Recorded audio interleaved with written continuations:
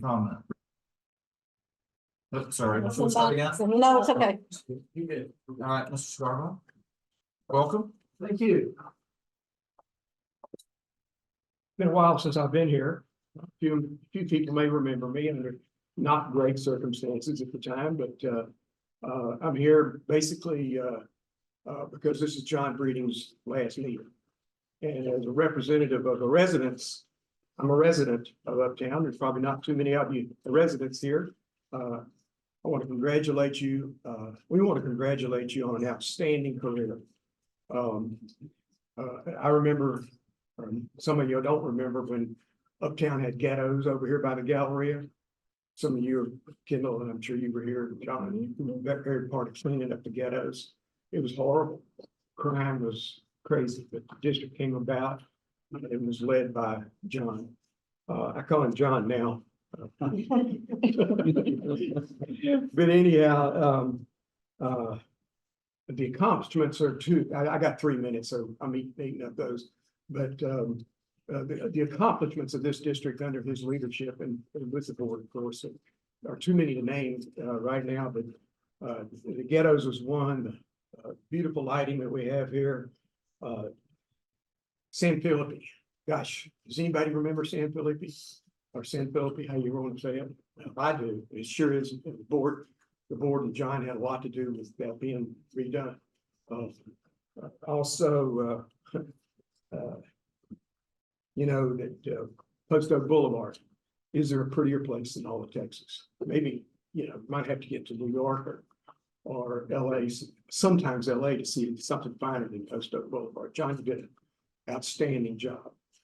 The buses are still empty. But that's not your fault.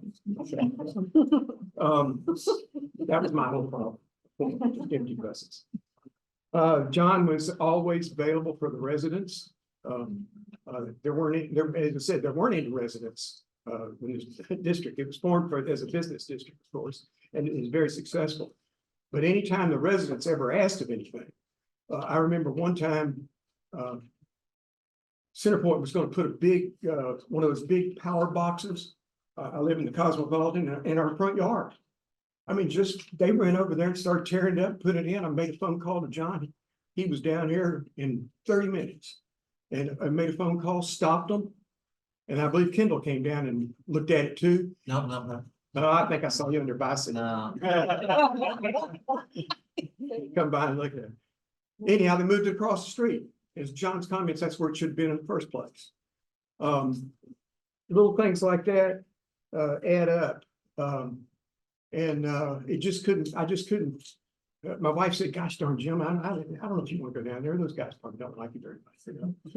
And I said, well, it doesn't matter because I couldn't go to sleep tonight without saying goodbye and congratulations to you. So thank you so much for what you've done. And I hope you have a wonderful, wonderful life the rest of the way. Thank you. Thank you.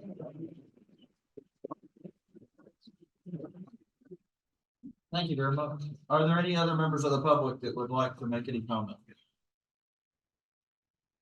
Okay, if not, that takes us to our next item of business, which is the approval of the October 11th minutes. Tab 1 page sent out previous to the meeting.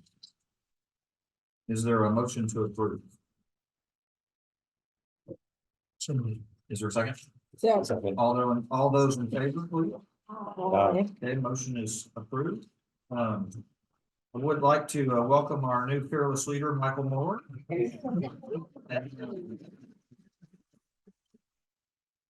Thank you for weathering a blistering process, and we're just grateful to have you. And we are just really excited that you're here. And thank you for taking us on. Thank you. And I would also like to facilitate just a little more welcoming of Michael by going around the table and everybody sort of introducing themselves if they could. I'll start. Kendall Miller, I'm with Tanglewood Corporation, and I'm chairman of the Harris County Improvement District #1. Steve Lerner, head of TRC Capital Partners. We're a real estate investment development firm, and I am the chair of the Uptown Development Authority in Church. Jasper, CBRE, with our investment sales group. Irma Pastor, Simon Property Group, manager of the Galleria. John Moose, Senior Managing Director and City Head for Hines. Michael Hale with Eden's Realty, Inc., in development, and we own Uptown Park in the district. Oh, we're not doing staff, huh? Okay. We already.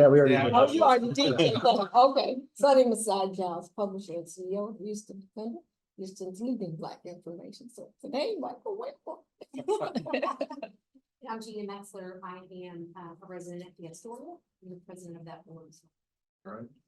They, I'm so happy to be here, really. I've been, watched John from, got the meeting back, when I became chief of staff on Bill White, down the city and no other administration had started looking at the TERS before in management districts.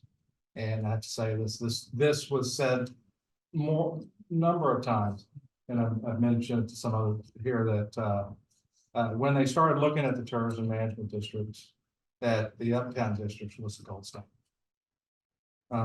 Back then, 2004 to 2010, and it's continued to be the gold standard. There's been amazing things done.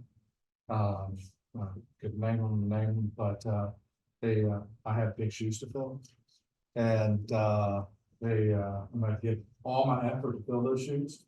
I'm looking forward to sitting down with each of y'all and just talking, coffee, lunch, dinner, whatever y'all want. Let's talk about your ideas, so much y'all see here, and the future of the town. Like I said, my wife and I grew up not too far from here. My wife and kids, we frequent the area all the time. My kids, I think, favorite place at the toy store. Across the street, and a lot of work to do, still to do, even though there's been so much done by John and staff, the board, the three boards, and looking forward to getting started. Welcome. Well, On page 4, under tab 2, we have a very important motion to approve a very important appointment. I move that we accept. All right, is there a second? All those in favor? Motion carries. Congratulations again. There you go. Our next item is to review the quarterly investment report found on page 6 under tab 2. And Shannon, if you could please take us through that. Okay, thank you very much. We have actually 2 quarters that we're presenting to you today for your information. We're presenting the quarter of April 1st ending June 30th, 2023, the end of our previous fiscal year. The first page of this report just kind of outlines by fund those different deposits and banks that we have deposits in. You can see for the end of that reporting period, we had just over $3.4 million with Capital One, who's our primary depository. And then we had just over $1 million with PNC Bank for a total of $4.4 million in the general operating funds. For our capital projects fund, which is with Capital One, we had just under $7.8 million. And last but not least, in our debt service fund, which is also with Capital One, we had just over $2.6 million. So that's what we do on that first page of the report. The second page of the report kind of outlines those deposits and what collateral is pledged behind our collateral, or what approved investments those funds are invested in. Currently, they're all collateralized with PNC, and Capital One has sufficient collateral for those deposits as well. And the collateral is in government agencies. The middle section is our compliance training section. Our policy and the state law requires that we have training every 2 years. You can see the last completed training was in July of 22. Training will be necessary this year for Mr. Moore and myself. And that's it. And then lastly, we have approved brokers and the banks that we deal with. Are there questions or concerns for that report ending June 30th? And then also, the second quarter that we're presenting here is for the first quarter of our new and current fiscal year. Again, same format. You can see that the funds are going down as we spend throughout, through this, current fiscal year. We're now $3.1 million in our operating fund, again with Capital One and PNC. Project fund is ticking down a little bit with just over $6.8 million. And then lastly, debt service funds. Debt service is due principal and interest at the beginning of September. So you can see that has gone down, and that is the reserve left there. Again, the second page outlines the collateral behind those deposits, and currently everything is in deposits, so they require collateralization.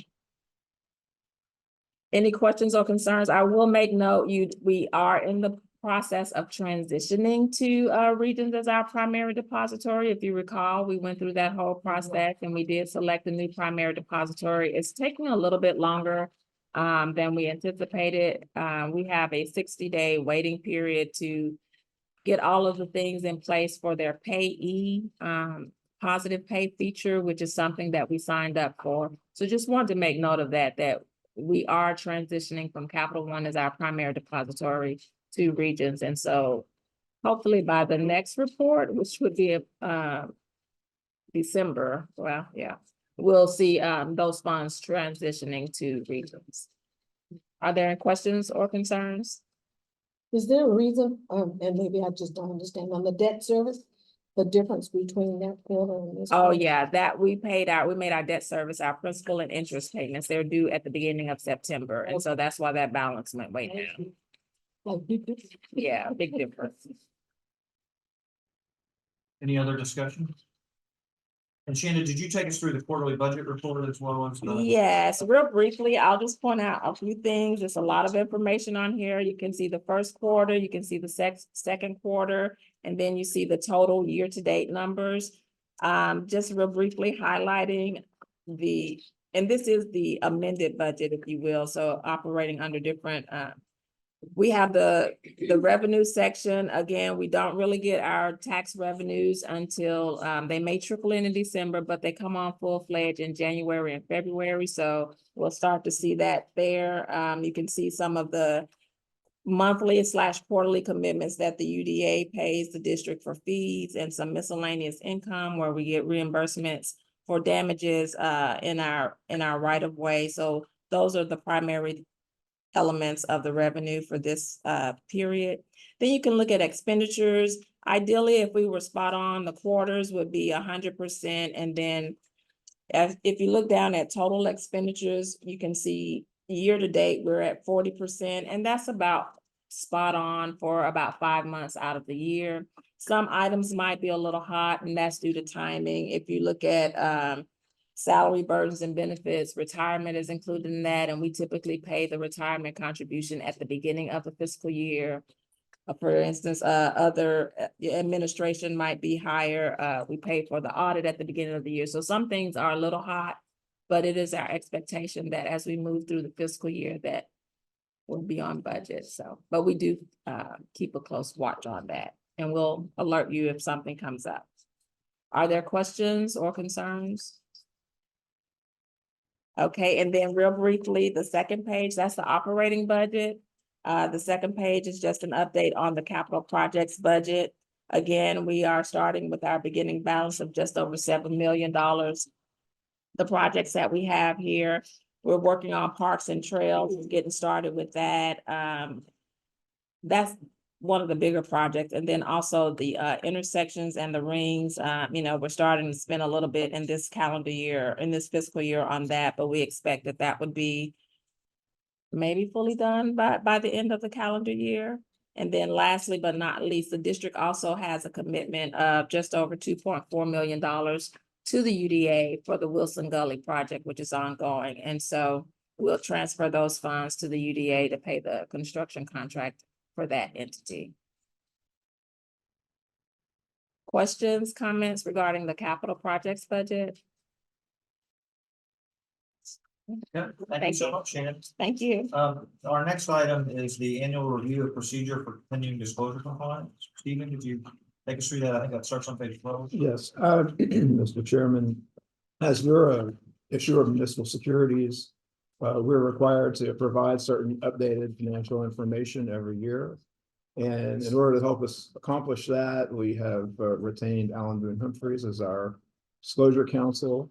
And since Jessica is here today, I'm going to have her take the board through this. She's the one with some help from other people at her firm that does this work. So I approach the bench. absolutely. It's good to see you all. It's been here, I haven't been here in a long time, and that is a testament that you haven't issued debt in a long time. There's new faces. As Stephen said, this is an annual requirement to keep certain financial and operating information up to date so that your bondholder can have a look and ensure that you're still in good financial health and that want to continue to own your bonds.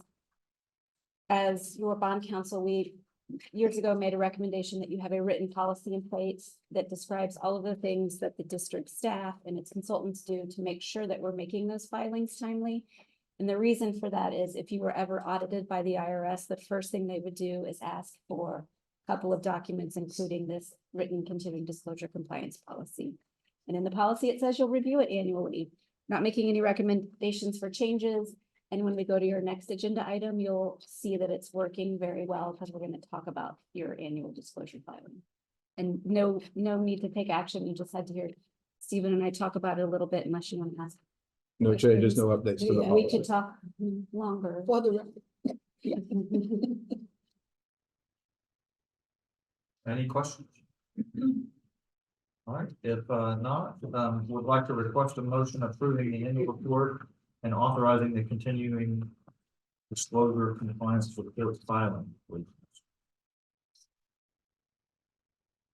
Motion. Your second? All those in favor? Motion carries. Next, we'd like to consider approval of the FY 200 or 2022-23 audit. Okay, thank you. You should have copies of your 22-23 audit and the required communications. We have Alyssa Hill with us from CRI, the partner there, and the audit committee met this morning, and I will turn it over to you. Thank you. Thank you, ma'am. We did meet with the audit committee this morning, went over the draft of the two documents that Shannon just mentioned. We went through those in detail, answered questions both of the committee and of the new president. So we did walk through that. You received a clean, unmodified opinion on the financial statements. So your financial statements are fairly presented in accordance with general accepted accounting principles. So that's the opinion you want. There were no new accounting standards that impacted the report. So the report will be very consistent with financial statements that you've received in the past. It includes all of the required components, management's discussion and analysis, which is a great summary of what the district does. The basic financial statements, the notes to the financial statements, and then the budget to actual comparison that Shannon was just going through for this year, we have for last year. So overall, financial statements will be consistent with the prior years. We did not have any disagreements with management, no issues. Everything went very smoothly. Thanks, Shannon, John, and the rest of the team for all of the assistance during the audit. But if there's any questions in regards to either document or the audit process itself, I am happy to answer those. But otherwise, again, clean opinion, no issues, no material weaknesses, significant deficiencies, internal control related items either.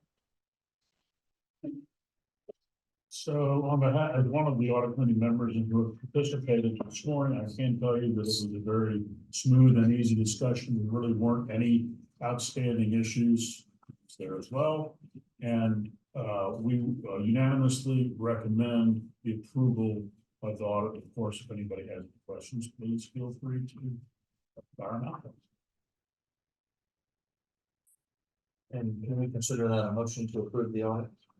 I would consider it to be a motion to. All right, great. Is there a second? Second. All those in favor? Aye. Motion carries. Thank you very much. Thank you. Thank you.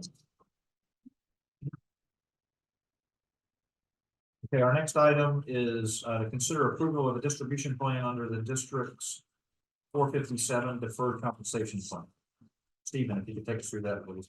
Page 15. Okay, this sounds, those are a lot of big words, but here's what that really is all about. 2013, you approved the deferred compensation plan for John.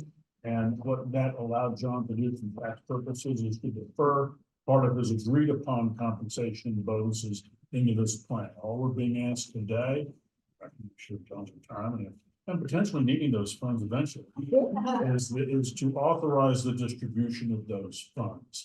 And you can see from the, which page is that on? 15. 15. Look at page 15, if you wish, you can kind of see what John has asked us to do. This is candidly, frankly, ministerial, but required.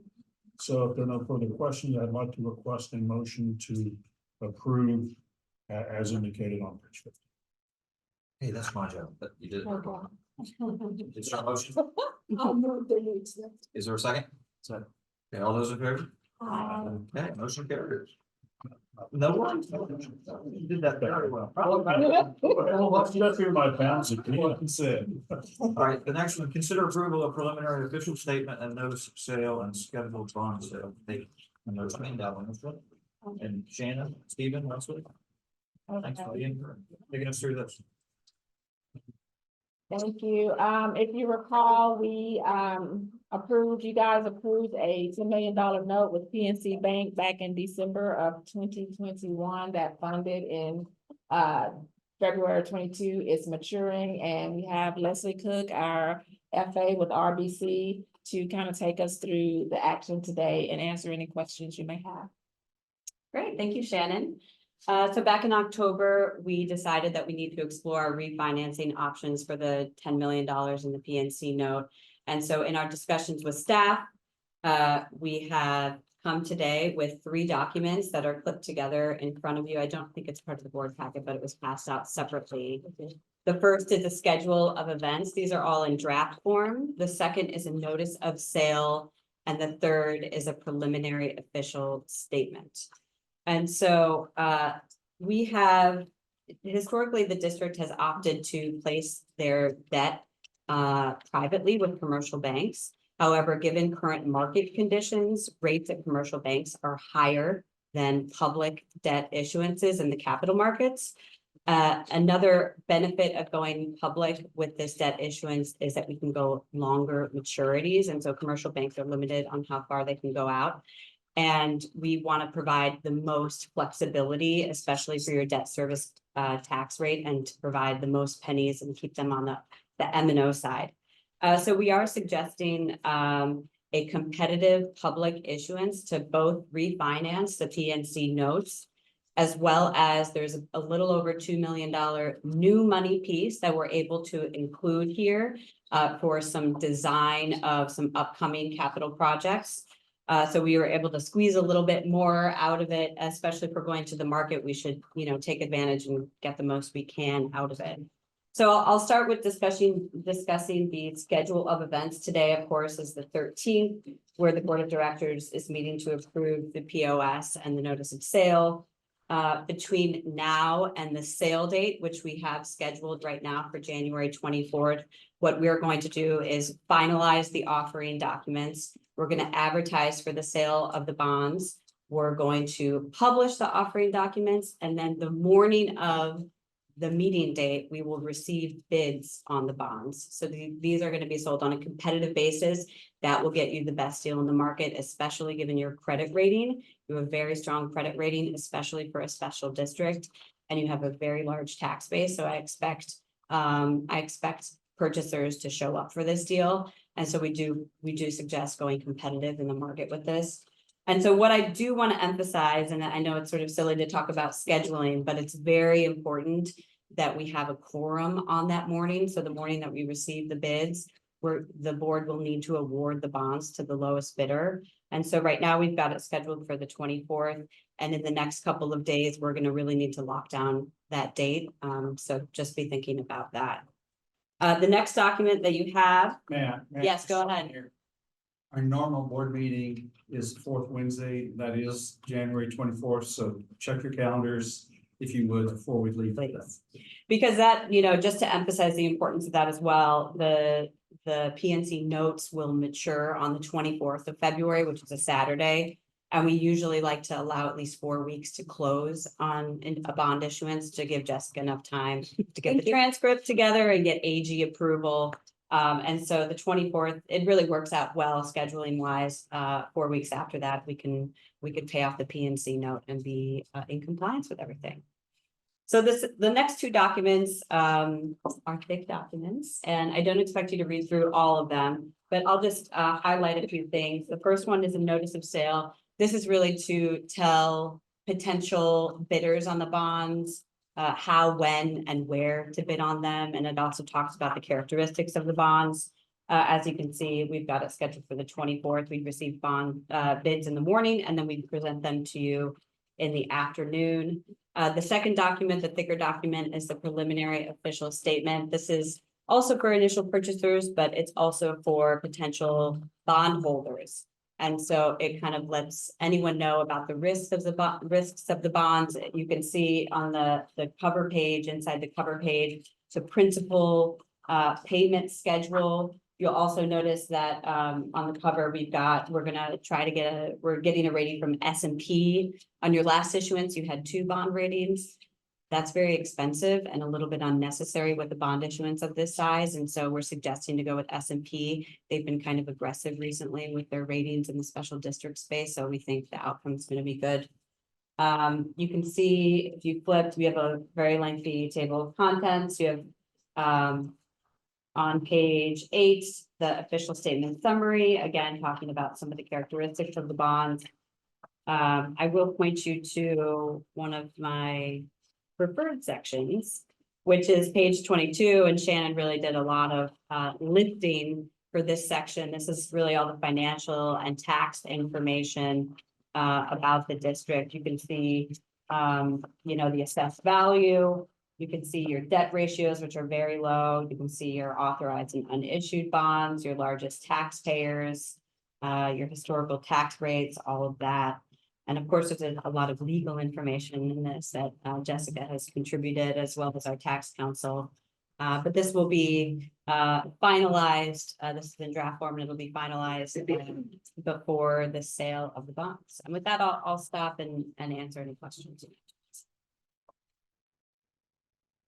Do you define call dates before now or Now, at bid? Yeah. What are they? it's a short call. We're doing a 5-year call. So on just September 1st, 2029, all of the bonds will be called. Which is kind of industry standard in the special district space, and it's also worth it because of where interest rates are right now. What do you anticipate the rating to be? The rating, so the last time you issued publicly was in 2013. So it's very difficult to know how they might view the district now. If anything, imagine what Uptown looked like in 2013. Imagine the size, the tax base was maybe 4 billion in 2013. And so given the growth and given sort of the improvement in the district, I think I would hope for a higher rating than AA-, but I of course can't promise that. But AA- is a very good rating, especially in the special district space. I actually was looking for comparable deals, and I couldn't even find a special district rated AA- that has priced in the market recently. So I wanted to come with maybe an interest rate range that you might expect when the bonds price. It's kind of hard to know, given the uniqueness of this credit. I assumed, to make sure we weren't over issuing a 5.25% interest rate and net interest costs. It's probably going to be lower than that. At least in the municipal market and kind of in the market overall, especially with the Fed announcement today, and inflation kind of coming under control, things have stabilized a little bit. So if you were to price today, I would guess, maybe 4.5%. Fully tax exempt? But, a lot can happen between now and the end of January. Well, it's a good day today so far. Yeah, I so, was listening to it as I was driving over. yeah. But we've of course baked in some conservatism, so if rates change and they're higher than we anticipate, you'll still be able to make your debt service obligations. Yes.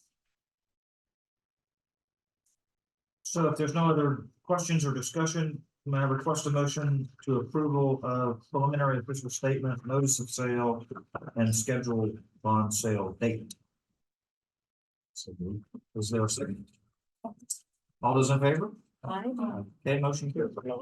Thank you. Great, thank you. We need to go back, a couple of items to, item 10.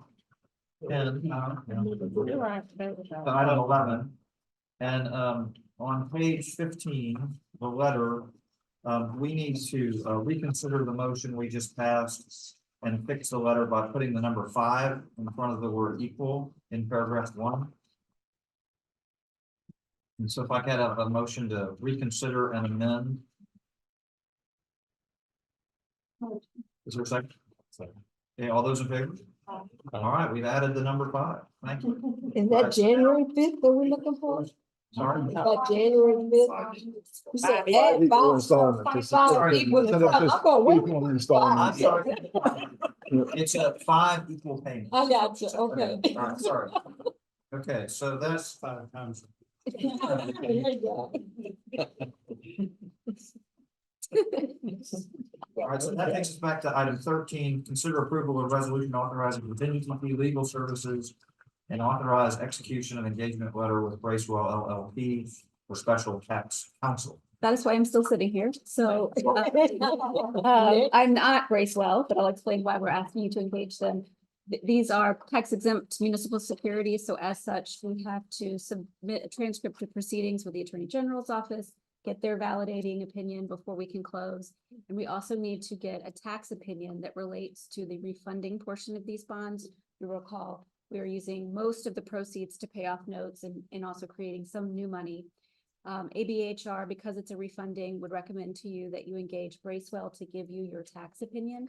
This isn't going to change your legal fees. The total amount of the legal fees will remain the same. Our portion goes down by the amount equivalent that we'll be paying to Bracewell, and they're a firm that we work with regularly. There's not that many refundings going on right now. But because of the nature of that deal, we would ask or recommend that you engage them. And because they are a contingency fee legal services, meaning they only get paid just like I do, if the bonds close and fund, the legislature determined a number of sessions ago that you have to post a special notice and you have to make a finding that you don't have anybody on staff that could otherwise do this work for you. I think Stephen has been asked and passed on that opportunity. So it's a pretty easy finding for you to make. And that's what the resolution is for. Can I answer any questions? A copy of the engagement letter is in your package on page 16. And you'll get to hear from me more on January 24th when you sell the bonds. Thank you, Jessica. With that, may I request a motion to approve of contingency fee legal services and authorize the engagement letter? So moved. Is there a second? All those in favor? Motion carried. The next item is to discuss the West Loop Trail Grant and consider authorizing staff to procure professional services and to negotiate interagency agreements. Anyone like John Brady to take this this person? Absolutely. Absolutely. Delegation. We did something. Yeah. So, I just want to say that, Music too. from the once Michael's identified, he's been in, we've had him in on several meetings of significance, I think. And he's hit the ground running, and I think the selection process produced an outstanding result. And I'm excited to see what, he and you, the board, do. Okay. I want you to get a little bit excited, all right? Take a deep breath, and because we have great news. And that, if you will remember, I think we have a slide in here, that in our agreement with the Memorial Park Conservancy, there's a 10-year plan. In that 10-year plan was a series of trails that connect Memorial Park to the community and certainly to this area. So what I'm presenting to you is something that we committed to. We made an application, let me look at this next slide, okay, let's go back right here. So we came to you, we had this opportunity, the Texas Department of Transportation had a call for projects. And I can't remember, something over $250 million, with the pool. Typically, that gets spread out all over the state and it's, you know, it's $85, $200 projects, but in this case, they said, no, we want to fund significant projects, big ones. And so we thought this was a great opportunity. We followed this up. TxDOT said you make your applications in June. And we're going to award these in October. We had a project that I thought, and we presented to you, offered benefits to both TxDOT and to everyone else if we work together as a partnership to implement this project. For one thing, TxDOT needs to make some improvements or maintenance improvements underneath the West Loop bridges at Buffalo Bayou. The problem they have is they have no way to get to those bridges without going through parkland. And if a public agency goes through parkland, there's a long stack of environmental work they have to do that can slow down the process for years. It didn't stop the process. And so TxDOT realized that it would be good to work with everyone. And we come to the table with our partners of the Memorial Park Conservancy, the City of Houston Parks and Recreation Department, the Arboretum, and ourselves. And we sort of come to the table with our friends at TxDOT to say, is there a way we can work together to address these maintenance issues as well as develop this trail to prove accessibility to the Arboretum, to Memorial Park, and even looking at it from the other perspective into the uptown area. And so our group of partners came together on this. We submitted the application. Actually, we prepared it in May, we submitted it in June, and by golly, shockingly, TxDOT awarded the grants in October, right on schedule. We received an $18.5 million grant. It was the second largest grant in the state. And so we're off and running. I was actually out of town when we got the news. I'm driving down the road. I'm pretty excited. As you know, our budgets are tight. But to be able to basically walk out the door with this in Michael's hands with this kind of project, it had a lot of personal appeal to it. So, and I think we received a lot of response from people in the community about excitement of doing this project. Turning around, you're looking at a map that runs from roughly, here is San Felipe, this is Post Oak Boulevard, the West Loop, all the way up to Memorial, here's Woodway.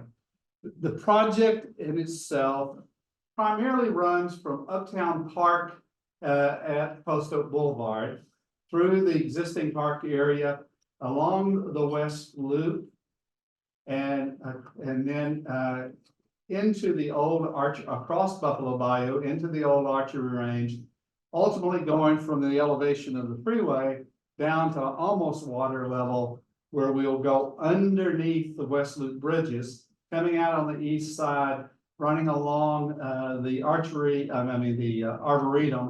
up to Woodway, and then from Woodway all the way into Memorial, and doing some minor, but some safety improvements to make it easier to get through Woodway and Memorial for pedestrians and bicyclists. I will point out a piece over here along Hollyhurst. This project was designed to score very highly, and we scored higher if we served communities like the Hallmark for the older folks, of which I now am one. It happens to the best of us, I understand. And it also being able to go from Woodway up to Memorial, where Metro has a transit center up at I-10 and Katy. It has also helped in our scoring, as well as some safety improvements. I thought we had a pretty good chance in doing this when I started getting emails, at 6 p.m. on a Sunday night asking for clarifications. And sure enough, we were, excited, to hear about it. Michael and I, along with Clark and a couple of others, sat down with the district engineer, at TxDOT. And really, one of the things we wanted to do is work out how are we going to implement this project. It's a little complicated. The project is in parkland. Project is on some dedicated private property. And the project is within TxDOT's right of way. So how are you going to build this project and do it in a manner that kind of keeps everybody happy? After discussions with TxDOT, TxDOT is going to allow us to design, bid, bill this project, all of it, even what's within their right of way. They not only are going to put us in that position, but they are comfortable in adding the south side of the bayou to the contract and adding some scope and adding some additional monies to make it happen. So we'll work as partners with them and with the park people, but I think it's a team that's going to work together towards a common solution where everybody benefits here. Going along here, this is just highlighting how this will look. This is approximately, what is it? The rustic. It's about rustic right in here. We are working with Edens, Michael Hale. We're working with Edens and the city. There is some right-of-way swap that's going on. We met as late as yesterday afternoon with the city of Houston. We think we've identified a way to do this that will be to the benefit of the city, the Edens, and to the project as well. As we go down to the bayou itself, we're going to not only make improvements to the existing lane over the freeway, but if you go out there right now, standing next to that screaming traffic, it's not a very pleasant experience. We took a group of people from our standards committee, and Mr. Lerner was a part of that group. And it was clear as we were making this application that we had two alternatives. And one of them was to build a standalone suspension bridge across Buffalo Bayou that would be separated from the West Loop. And I think without hesitation, that group said you should go for what you want. You should go for the suspension bridge, which is a heck of a lot more inviting and I think park-like, if you will. And so that's what was submitted. That's what received funding. See if I can't give you just a little bit of a video fly through here. So one of the reasons why the suspension bridge is proposed here is that our span, we can't have any columns go down into the floodway. So we really want to do something that has a much broader span. We've found that, and Clark's visited 3 or 4 of these, that there are numerous places where they're doing these, what I'd call recreational suspension bridges. We're finding it, the private sector doing it for an apartment complex in Austin. I think you visited some on the East Coast, Clark, and other places.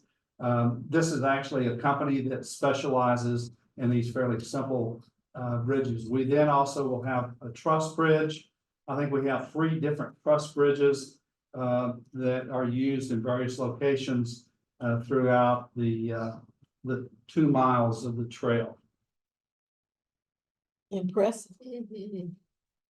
So, and as you know, this is the area over here to the right is the old archery range, which is really almost inaccessible. And we hope that in the long term, this accessibility, which this bridge will not only provide a way to get underneath the West Loop, but will provide access to the old archery range, and hopefully it will be developed in a way to be much more usable for the community. Once we get to the West Loop, frontage road and main lane bridges, our primary objective is to get people through that area. We want to light it. We want to make it very safe. We want to make certain that it's not a convenient place to take a nap. We want to light it throughout the evening. Again, those big boulders are not there for structural integrity or anything else. They're there for creating a very poor sleeping surface. Amen. And then as we come out the east side of, by the Arboretum, we go along the Arboretum, working again with partners. We're building, the trail off of the freeway right of way into the woods of the Arboretum and make much more inviting. As all of you know, it's dark. It seems at almost 5 o'clock, certainly by 5:30. So these trails will be lit. So you could be staying at the Hotel Hilton across the street and go for a run into Memorial Park through a safe and secure lit path. Do your jog around the SLT track in the Memorial Park and then make your way back. Me, I'd probably walk a bit of that. Here's just a simple description here, our lighting. The idea of a 10-foot wide shared use path. We will be building a 14-foot wide zone, but the paved surface is most likely just 10 feet. And we'll have a clear zone though of nothing getting in your way for the 2 feet on either side of that. Again, just continuing along the Arboretum. Going up to Woodway, there's a series of ravines in this area, but we actually have to build a bridge here as well. This brings us up to Woodway, ties into trails that go throughout Memorial Park. And as Commissioner Briones, and her representative is here today, has recently committed to making improvements beginning at Shepherd Street, coming towards Memorial Park, and gets us up to about Westcott. And we got to continue to find a way to perhaps make that Westcott to Crestwood, which would be Memorial Park. You literally then could ride your bicycle very safely on separated paths from uptown to downtown and White Oak Bayou in other places. Pretty exciting projects. Again, this is the Woodway to Memorial. And these are kind of the things we're asking you to do. We want you to be aware of the description of project. We'll be presenting this project to the Memorial Park Standards Committee tomorrow. If that group is responsible for approving all projects that are built in Memorial Park and making sure that the schematic design fits in with the concepts being reflected in the park. Again, accepting the $18.56 million Department of Transportation grant. We also need you to authorize this to go out and secure engineers, architects, environmental groups to help us put the bid package together. It is our intent to have this package ready to bid for construction this time next year. We also have got to negotiate agreements. Certainly with TxDOT, we may have to negotiate agreement with the parks as well, and perhaps even with the Federal Transit Administration. But we'll be doing that and trying to get that completed within the next 4 to 6 weeks. We will present to you the recommended teams to do this design work. There are obviously some very qualified firms that have helped us get this far. They aren't assured of a position. They obviously have some very good knowledge of it, but I think it will still be an open, it will be an open and competitive process. We currently have a request for qualifications on our website seeking firms to express their interest in this.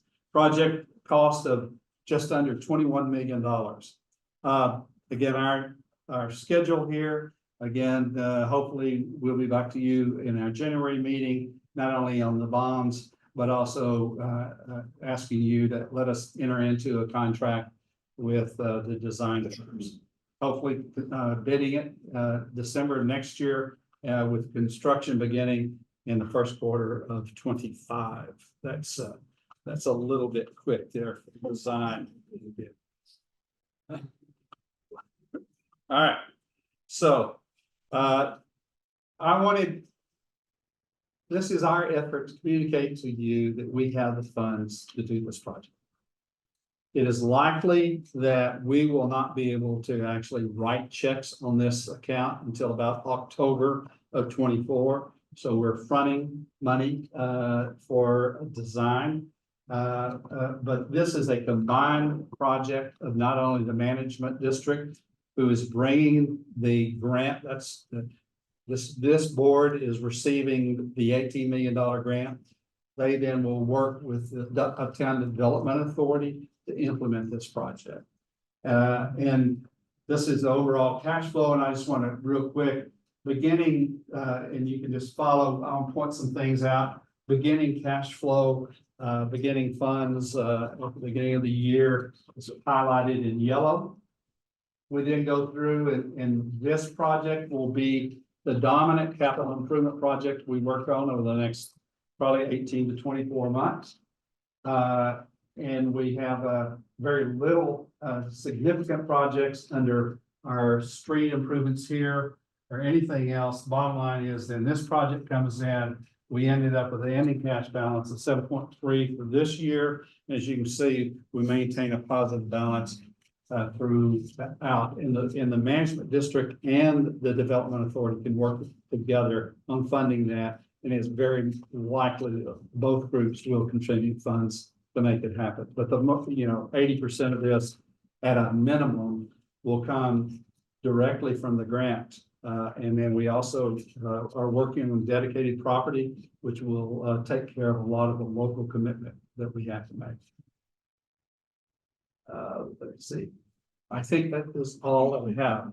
So there are really no hard and fast irreversible actions, but we wanted you to be fully aware of this project, that we're entering into this project with our partners, that we have to negotiate agreements, that we need to select professional consultants. We do have the resources to implement this project, including the funds of the grant.